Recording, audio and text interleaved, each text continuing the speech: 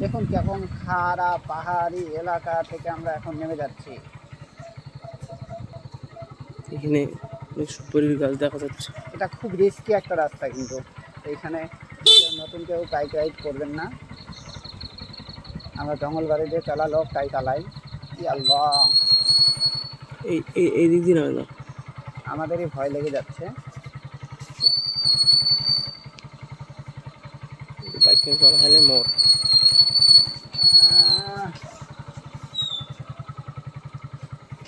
চলে যাও।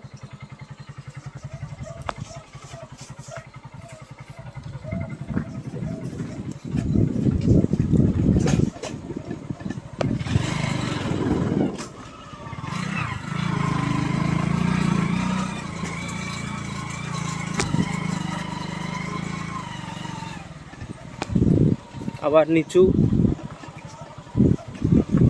আবার উপরের দিকে উঠতে লাগবে।